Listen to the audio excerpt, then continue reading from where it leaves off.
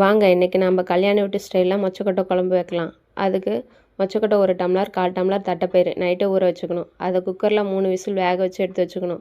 ஒரு ஃபேனில் எண்ணெய் விட்டு சின்ன வெங்காயம், தக்காளி நல்லா வணங்கினங்காட்டியும் தேங்காய், வீட்டில் அரைச்ச மிளகுப்பொடி, வேக வச்ச மொச்சக்கொட்டையும் தட்டைப்பயிரும் கொஞ்சமாக போட்டு ஆற வச்சு மிக்ஸி ஜாரில் அரைச்சி வச்சுக்கணும். ஒரு கடாயில் எண்ணெய் விட்டு எண்ணெய் காஞ்சதும் கடுகு பொரிஞ்சதும் சின்ன வெங்காயம், கருவேப்பிலை, காய் பூசணிக்காய், கத்திரிக்காய், ஒரு உருளைக்கிழங்கு, மஞ்சத்தூள், மிளகாய்த்தூள் போட்டு நல்லா வணக்கி விட்டு அரைச்சி வச்ச பேஸ்ட்டை ஊற்றி வேக வச்ச மொச்சக்கொட்டை தண்ணியும் மொச்சக்கொட்டையும் போட்டுக்கணும்.